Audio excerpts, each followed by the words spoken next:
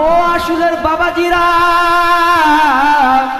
দিলের টানটা লাগে তো শোনো বাবাজি, কোনো দিকে লম্বা আলোচনা নয় বাবাজি, অল্প সময়ের কথা বলবো। এক সাহাবী রাসূলকে বলল, মা কোন যা কষ্ট করে, ওই সময় মা খুব কষ্ট করে। আমার আপনি যখন মায়ের পেটে যখন আসলাম, 7 থেকে 8 মাস যখন গর্ভ হয় বাবা, আমার আপনার মা খাইতে পারে, খাবার খাইতে পারে না, না পারে খাবার খাইতে, না পারে গোসল করতে, না পারে নামাজ আদায় করতে। দেখবেন মাঝে মাঝে বাবাজিরা, আমার আপনার মা যারা গর্ভধারী হয়, 7 থেকে 8 মাস গর্ভ হয় বাবাজি, আমার আপনার মা যখন বিছানায় শুয়ে পড়ে বাবা, ওই সময় আমার আপনার বাবাকে আমাদের মা ডেকে ডেকে বলে, ও আব্দুল্লাহর বাবা, দেখো আমি আর কত কষ্ট হয় আমি সহ্য করতে পারি না, আমার মনে হয় আমি দুনিয়া থাকতে পারবো না, আমার মনে হয় দুনিয়া থেকে মারা যাইতে হবে। ওই সময় সাহাবী এই কথা শুনতেছে, রাসূল কোন কথা বলে, রাসূল বলতেছে এইভাবে, সাহাবী কোনো কথা বলে না। 2 নাম্বার প্রশ্ন, জানো রাসূল বলতে, সাহাবীরা তোমরা শোনো, তোমার আমার মা কত কষ্ট হয়, আমি আপনি যখন দুনিয়ায় বরিষ্ঠ যখন জন্মগ্রহণ করি, ওই সময় আমার আপনার মা জীবন চলে চলে যাওয়া হয়, কত কষ্ট হয় বাবাজিরা রে। আমার মা আমার এলাকার মানুষকে ডেকে ডেকে বলে, ও আমার আত্মীয় স্বজনরা, আমি মনে দুনিয়ায় বাঁচবো না, আমার মনে দুনিয়া থেকে যাইতে হবে, আমার মনে দুনিয়া থাকা হবে না। যেই ছেলে আসতেছে মাঝে মধ্যে কলিজায় লাথি মারে, পেটে লাথি মারে, কলিজায় লাথি মারে, আমি খাবার খাইতে পারি না, আমি নামাজ আদায় করতে পারি না। এই এলাকার মানুষকে ধরে ধরে বলে, এলাকার মানুষকে ধৈর্য ধরো ধৈর্য ধরো, এলাকার সকল মানুষ বলে ধৈর্য ধরো ধৈর্য ধরো। দাদার কাছে যায়, দাদির কাছে যায়, নানার কাছে নানির কাছে যায়, সকল মানুষ একই কথা বলে, ধৈর্য ধরো ধৈর্য ধরো।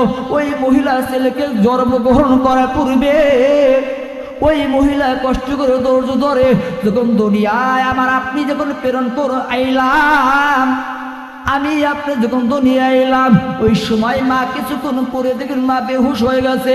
অনেকের মা কলি বেহুশ হয়ে যায়, অনেকের মা দুনিয়া থেকে চলে যাইতে হয়। আউযু বিল্লাহি মিনাশ শাইতানির রাজীম, বিসমিল্লাহির রহমানির রহিম। ওয়াকাদা রাব্বুকা আল্লা তা'বুদু ইল্লা ইয়্যাহু ওয়া বিল ওয়ালিদাইনি ইহসানা। সাদাকাল্লাহুল আযীম ওয়া সাদাকা রাসূলুন নাবিয়্যুল কারীম ওয়া নাহনু আলা যালিকা মিনাশ শাহিদিন ওয়াশ শাকিরিন ওয়ালহামদুলিল্লাহি রাব্বিল আলামিন। আলহামদুলিল্লাহ, আল্লাহ রাব্বুল আলামিন আপনাকে আমাকে ছাঁটাই করে বাছাই করে গুনার কাজ ফারেক করে জান্নাতের বাগানে আসার এবং বসার তৌফিক দান করেছেন। এই কারণে দিল থেকে মন থেকে কাল এবং শুকর সকলে আওয়াজ করে বলে আলহামদুলিল্লাহ। এত জোরে আওয়াজ করে বলে আলহামদুলিল্লাহ। আল্লাহ রাব্বুল আলামিন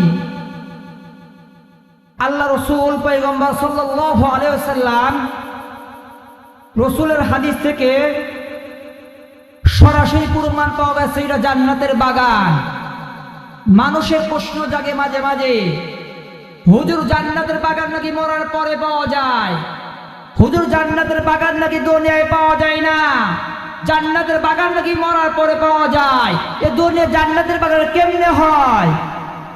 আল্লাহ রাসূল সরাসরি হাদিসে প্রমাণিত আছে ওইটাই জান্নাতের বাগান, যেখানে কোরআনে আলোচনা করা হয়, হাদিসে আলোচনা করা হয়, সেইটাই জান্নাতের বাগান। চিৎকার করে বলুন সুবহানাল্লাহ।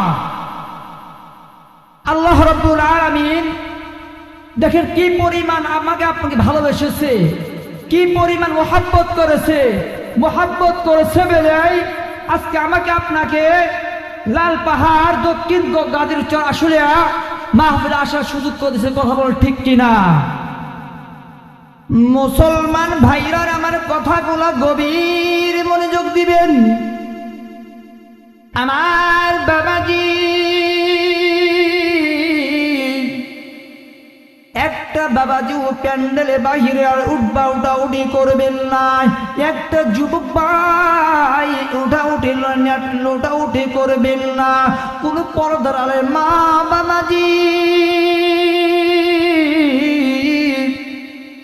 কোন কাজে এখন ব্যস্ত থাকবেন না। এই মাহফিল আমার আপনার জন্য, এলাকার জন্য রহমত। এই মাহফিল আমার আপনার জন্য, এলাকার জন্য বরকত। কথা বলেন ঠিক কিনা? হতে পারে এই মাহফিল আমার আপনার জীবন সমস্ত গুনাহগুনি মাফ হতে পারে। কথা বলেন ঠিক কিনা? আমার বাবাজি আল্লাহ রাব্বুল আলামিন মানুষদেরকে জানিয়ে দিল, এর পৃথিবীর মানুষরা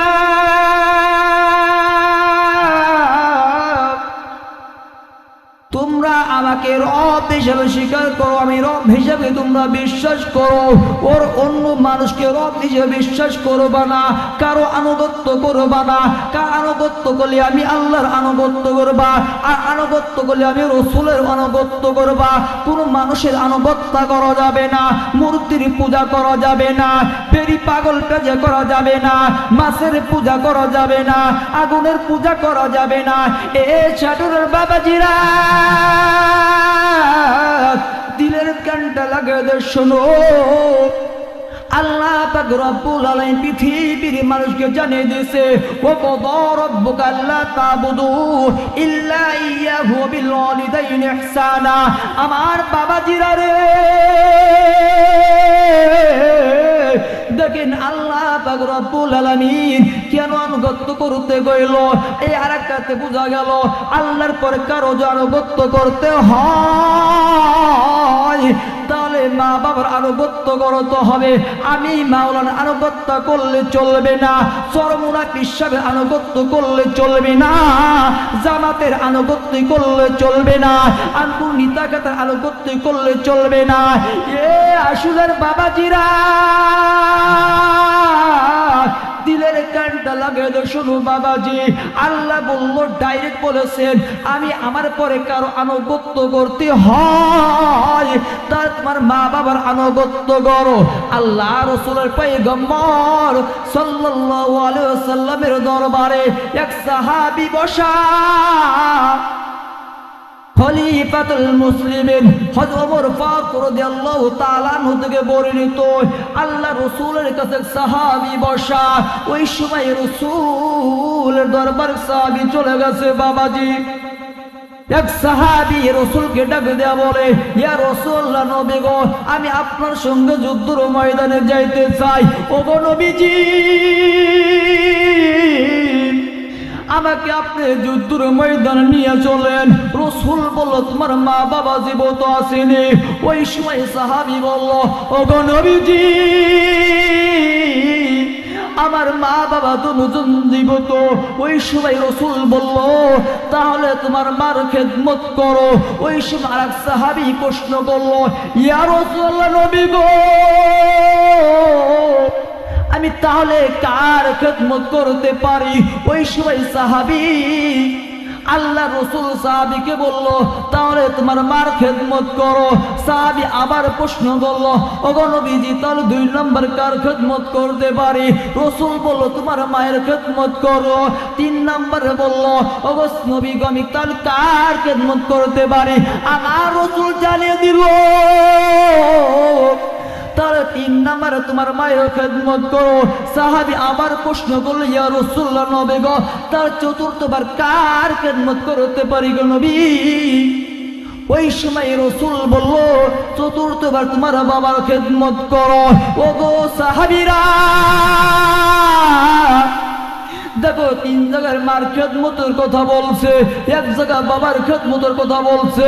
কেন বলছে বাবাজিরা শোনো, কান লাগায় শোনে। যার মা নাই বাবা নাই দেখবেন কিছুক্ষণ পরে রুল কান্না রুল পয়দা হয়ে গেছে, একজন অপরকে জোরে ধরে কানবে বাবাজি।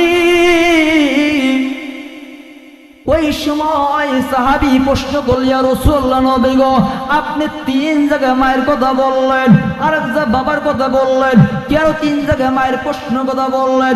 ওই সময় রাসূল জানিয়ে দিল, ও সাহাবীরা, মা তিন জায়গায় যে কষ্ট হয়, এই কষ্ট কোন পৃথিবীর মানুষ করতে পারে না, কোন পৃথিবীর মানুষ সহ্য করতে পারে না। ও আসলের বাবাজিরা, দিলের কানটা লাগে তো শোনো বাবাজি, কোনো দিকে লম্বা আলোচনা নয় বাবাজি, অল্প সময়ের কথা বলবো। এক সাহাবী রাসূলকে বলল, মা কোন যা কষ্ট করে? ওই সময় মা খুব কষ্ট করে। আমার আপনি যখন মায়ের পেটে যখন আসলাম, 7 থেকে 8 মাস যখন গর্ভ হয় বাবা, আমার আপনার মা খাইতে পারে, খাবার খাইতে পারে না, না পারে খাবার খাইতে, না পারে গোসল করতে, না পারে নামাজ আদায় করতে। দেখবেন মাঝে মাঝে বাবাজিরা, আমার আপনার মা যারা গর্ভধারী হয়, 7 থেকে 8 মাস গর্ভ হয় বাবাজি, আমার আপনার মা যখন বিছানায় শুয়ে পড়ে বাবা, ওই সময় আমার আপনার বাবাকে আমাদের মা ডেকে ডেকে বলে, ও আব্দুল্লাহর বাবা, দেখো আমি আর কত কষ্ট হয় আমি সহ্য করতে পারি না, আমার মনে হয় আমি দুনিয়া থাকতে পারবো না, আমার মনে হয় এই দুনিয়া থেকে মারা যাইতে হবে। ওই সময় সাহাবী এই কথা শুনতেছে, রাসূল কোন কথা বলে, রাসূল বলতেছে এভাবে, সাহাবী কোনো কথা বলে না। 2 নাম্বার প্রশ্ন, জানো রাসূল বলতে, সাহাবীরা তোমরা শোনো, তোমার আমার মা কত কষ্ট হয়। আমি আপনি যখন দুনিয়ায় বরিষ্ঠ যখন জন্মগ্রহণ করি, ওই সময় আমার আপনার মা জীবন চলে চলে যাওয়া হয়, কত কষ্ট হয় বাবাজিরা রে। আমার মা তাও এলাকার মানুষকে ডেকে ডেকে বলে, ও আমার আত্মীয় স্বজনরা, আমি মনে দুনিয়ায় বাঁচবো না, আমার মনে দুনিয়া থেকে যাইতে হবে, আমার মনে দুনিয়া থাকা হবে না। যেই ছেলে আসতেছে মাঝে মধ্যে কলিজায় লাথি মারে, পেটে লাথি মারে, কলিজায় লাথি মারে, আমি খাবার খাইতে পারি না, আমি নামাজ আদায় করতে পারি না। এই এলাকার মানুষকে ধরে ধরে বলে, এলাকার মানুষকে ধৈর্য ধরো ধৈর্য ধরো, এলাকার সকল মানুষ বলে ধৈর্য ধরো ধৈর্য ধরো। দাদার কাছে যায়, দাদির কাছে যায়, নানার কাছে নানির কাছে যায়, সকল মানুষ একই কথা বলে, ধৈর্য ধরো ধৈর্য ধরো। ওই মহিলা ছেলেকে জন্মগ্রহণ করার পূর্বে ওই মহিলা কষ্ট করে ধৈর্য ধরে, যখন দুনিয়ায় আমার আপনি যখন প্রেরণ করে আইলাম, আমি আপনি যখন দুনিয়ায় এলাম, ওই সময় মা কিছুক্ষণ পরে দেখেন মা বেহুশ হয়ে গেছে। অনেকের মা কলি বেহুশ হয়ে যায়, অনেকের মা দুনিয়া থেকে চলে যাইতে হয়। 3 নাম্বার কাহিনী রে বাবা, আল্লাহ রাসূল বলতেছে, দুনিয়া আসার পর আমাকে আপনাকে কি কষ্ট করে লালন পালন করে বাবাজিরা আমার, কি কষ্ট করে আমার আপনার মা, আমার আপনার মা। সকলে হঠাৎ করে সবাই খাবার খাইতে বসে, সকলের খাবার খাওয়ার সময় আমি আপনি যখন হঠাৎ করে টয়লেট করে দেই, পায়খানা টয়লেট যখন করি বাবাজি, সকল বাড়িতে ঘিন্নায় ঘিন্নায় সকলে সরে যায়, কিন্তু আমার আপনার মা, এই মা কলি গগনে সরে না বাবাজি। কারণ মার কানে গন্ধ যায় না, নাকে গন্ধ যায় না। মা দেখে আমার সোনামণি দেখো কষ্ট এত কষ্ট পায়খানা করেছে, তার নাকে গন্ধ যায় না, দাদার কানে গন্ধ যায়, নানার কানে গন্ধ যায়, চাচার কানে তার গন্ধ যায়, মার কানে গন্ধ যায় না, মার নাকে গন্ধ যায় না। মা কষ্ট করে পালে, সেই মাকে আমরা দেখতে পারি না। আমি আপনি মারে কত কষ্ট দেই, আমি আপনি মারে কত কষ্ট দেই বাবাজি। দেখবেন অনেক এই যে শীতের মাস আসতেছে বাবা, কতক্ষণ শীত, আমি আপনি বিবি নিয়ে ছেলে সন্তান নিয়ে 5টা 7টা বিল্ডিং এর বেঁধে থাকবো, কিন্তু আমার আপনার মা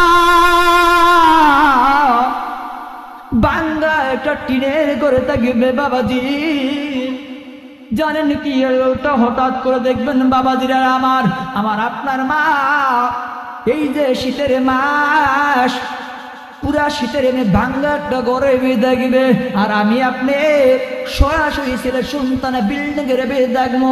অনেকের বাড়ি এমনও আছে 5তলা 7তলা বিল্ডিং, 2টা বিল্ডিং এর মালিক, অথচ মা বাবাকে খাবার দেওয়ার মতো তার সুযোগ হয় না। ও আল্লাহর বান্দার কান লাগায় শোনো,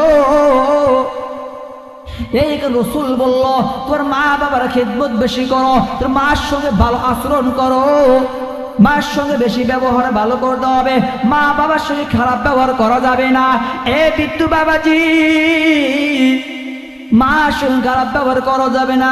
কোনো ভাই যদি মার সঙ্গে খারাপ ব্যবহার করতে থাকো, কোনো বাবার সঙ্গে যদি খারাপ ব্যবহার করো, আজকে থেকে নিয়ত করো মা কোনো মার সঙ্গে খারাপ ব্যবহার করবো না, বাবার সঙ্গে খারাপ ব্যবহার করবো না। জানেন আপনি আমার আপনার মা কত কষ্ট করে, আমার আপনার বাবা কত কষ্ট করে বাবাজিরা। জানে আমার আপনার জন্য বাবা যখন রিক্সা চলায়, অনেক পুলিশের সঙ্গে অনেক ব্যবহার হওয়ার পরে পুলিশের বাবাকে লাথি মারে, অনেক পুলিশের বাবার পিঠে আঘাত মারে। এ যুবক, তোর আমার জন্য বাবা কত মানুষের দ্বারে দ্বারে মার খায়, তোর আমার টাকার জন্য বাবা মানুষের দ্বারে দ্বারে মানুষ বোকা শোনে। এ যুবক, আজকে থেকে নিয়ত করবি কোনো মারে কষ্ট দিবি না, কোনো বাবারে কষ্ট দিবি না। রাসূল কেন বাবার কথা কেন বললেন? 1% বাবা কষ্ট করে, কষ্ট করার কারণে মাকে বারবার বলতেছে মার সঙ্গে খারাপ ব্যবহার করা যাবে না। মা যে দোয়া করে তার বাস্তব কবুল হয়। হঠাৎ করে একদিন মুসা পয়গম্বর আলাইহিস সালাতু ওয়াস সালাম একদিন আল্লাহকে ডাক দেব, আল্লাহ গো আপনি আমার জান্নাত দিবেন, জান্নাতে মানলাম, আমি কার সঙ্গে জান্নাতে দেখবো? ওই সময় আল্লাহ রাব্বুল আলামিন ডাক দেয়া বলে, এ জামানার পয়গম্বর মুসা, তোমার সঙ্গে একটা লোক কসাই তোমার সঙ্গে জান্নাতে থাকবে, তোমার সঙ্গে বাজারে এক কসাই জান্নাতে থাকবে। ওই সময় লোক সিদ্ধান্ত নেয়, মুসা পয়গম্বর সিদ্ধান্ত নিয়ে বলল, আমি এত বড় জামানার পয়গম্বর মুসা, আমি এত বড় জামানার পয়গম্বর মুসা, একটা কসাই আমার সঙ্গে জান্নাতে থাকবে, এত বড় কি আমলের কারণে জান্নাতে থাকবে? ওই সময় মুসা পয়গম্বর সিদ্ধান্ত নিয়ে বাজারের দিকে রওনা হয়েছে। আমার সকাল বাজারে চলে গেছে, সকাল থেকে দুপুর পর্যন্ত কসাই শুধু গোসাই পানা করে যাচ্ছে, সকাল থেকে দুপুর সন্ধ্যা, সারাটা দিন এইভাবে মুসা পয়গম্বর সারাদিন কসাইকে লক্ষ্য করেছে। কসাই সারাদিন কসাই পানা করে সন্ধ্যার দিকে বাড়িতে চলে যাইতেছে। ওই সময় মুসা পয়গম্বর ডাক দিয়ে বলে, এ কসাই ভাই, আমি আপনার সঙ্গে একটু কথা বলতে চাই। কসাই বলে, ভাই আপনি কি বলবেন? কাজ আমি আপনার বাড়ি মেহমান হতে চাই, আমি আপনার বাড়ি মেহমান হতে চাই। ওই সময় কসাই ডাক দিয়ে বলে, এরে প্রতীক ভাই, আমি আপনার কি মেহমানদারি করতে পারি? আপনার মেহমানদারি করে আমার বাড়িতে উদ্দেশ্যে তুমি রওনা হও, আমার বাড়িতে গেলাম চলে যাই। মুসা পয়গম্বর এইভাবে কসাইয়ের সঙ্গে সঙ্গে তার বাড়িতে যাইতেছে। কসাই আগে হাঁটে, পিছে পয়গম্বর মুসা হাঁটে, হাঁটি পা করতে কসাইয়ের বাড়ি বন্ধু চলে গেছে। বাড়িতে যাওয়ার পর মুসা পয়গম্বরকে বসতেছে, এক পর্যায়ে মুসা পয়গম্বর বসেছে। মুসা পয়গম্বর বসার পর সঙ্গে সঙ্গে ওই কষাই তার মারে ঘরে গেছে, মাকে দেখে উল্টে বলে মা বসে আছে, উলঙ্গ ভাবে বসে আছে, মার কাপড় চাপড় ঠিক নাই, না পারে খাবার খাইতে, না পারে গোসল করতে। ওই সময় যে তাকায়া তাকে ওই কষাই তার মার ঘরে গেছে, মাকে যা সুন্দর করে গোসল করাইছে, সুন্দর করে গোসল করা, সুন্দর কাপড় পরিধান করাইছে। অবশেষে ওই মুসা পয়গম্বরে লক্ষ্য করে তাকায় দেখে এই কষার ভিতরে কোনো আমল লাগা যায় না, কোনো আমল লাগা যায় না। হঠাৎ করে লোকটা তাকায় দেখে কষাই তো অবশ্য আস্তে আস্তে করিয়া গোসল করিয়া কাপড় পরিধান করিয়া আবার বাড়ি থেকে খাবার ছিল, খাবারও তার মুসা পয়গম্বর তাকায় তাকায় দেখতেছে কষাই কি করে, কষাই কি করে। কষায় বাড়ি থেকে খাবার দাবার ছিল, ওই খাবার খাওয়াইতে তার মারে খাওয়াইতেছে। মুসা পয়গম্বর ডাক দিয়ে বলতেছে, এরে কষাই ভাই, আপনারে কিছুক্ষণ ধরে লক্ষ্য করে তাকে দেখলাম, আপনার কি এই যে বাড়িতে একটা মহিলা বসা, এই মহিলাকে আপনি গোসল করাইলেন, এই মহিলাকে আপনি খাবার দাবার খাওয়াইলেন, অবশ্যই কাপড়টা পরিধান করাইলেন, এই মহিলাটা কে? ওই সময় কষাই বলে, এরে প্রতীক ভাই, এটা অন্য কোনো মানুষ না, এইটা হচ্ছে আমার মা। পর ওই সময় মুসা পয়গম্বর ডেকে ডেকে বলতেছে, এ প্রতীক ভাই, এ কষাই ভাই, এইটা তোমার মা, এইটা তোমার মা।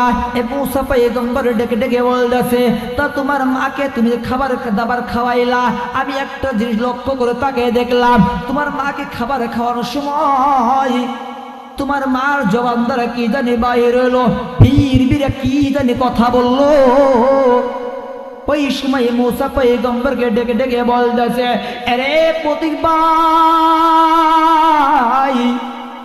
আমার মা আল্লাহর কাছে দুইটা দোয়া করছে, দুইটা দোয়া করার কারণে ওই সময় মুসা পয়গম্বর ওই কষাইকে ডেকে ডেকে বলতেছে, তোমার মা কি বললো, তোমার মা কি বললো?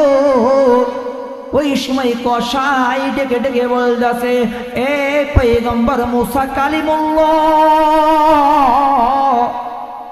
আমার মা বলছে আমি তোমার আল্লাহকে ডেকে ডেকে বলে, আল্লাহ গো আমার পোলা কিছু দিতে পারলাম না, আমার ছেলেকে কিছু দিতে পারলাম না, আমি মা হয়ে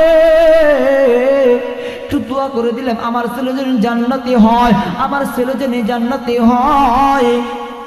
ওই সময় মুসা পয়গম্বর আবার কষাইকে জিজ্ঞেস দিয়েছে, এ কষাই ভাই, আর একটা প্রশ্ন করতে চাই তোমার কাছে, তোমার মা 2 নম্বরে কি প্রশ্ন আল্লাহর কাছে বলেছে, আবার বীর রে কি জানি বললো।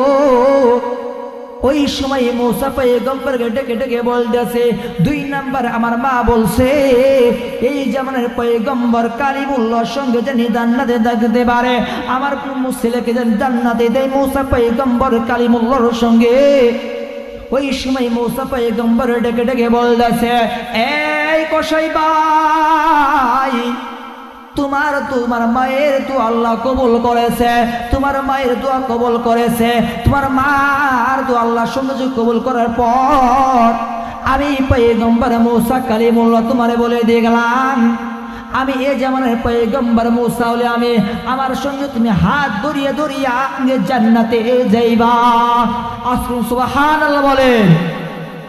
শুধু মার দরকার কারণে জান্নাতে প্রবেশ করলো কষাই, তার কোনো আমল দেখা যায় না, তার কোনো আমলও নাই, আমল না থাকার কারণে শুধু একটাই মাত্র তার আমল, মার সঙ্গে ভালো ব্যবহার করেছে, মার সঙ্গে ভালো ব্যবহার করার কারণে মুসা পয়গম্বরের সঙ্গে কষাই হয়ে জান্নাতে গেল।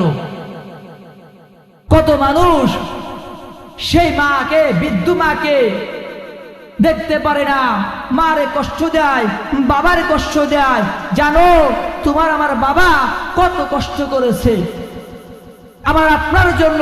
ঈদের দিন লক্ষ্য করে তাকে দেখবেন, ঈদের দিন আমার আপনার বাবা সিরা লুঙ্গি পরে ঈদের ময়দানে যায়, আর আমি আপনি কি কষ্ট করে সুন্দর সুন্দর পোশাক পরিয়া ঈদের ময়দানে যায়। কথা বলে ঠিক কিনা বলে? ঈদের ময়দানে সুন্দর সুন্দর পোশাক পরিয়া ঈদের ময়দানে যায়।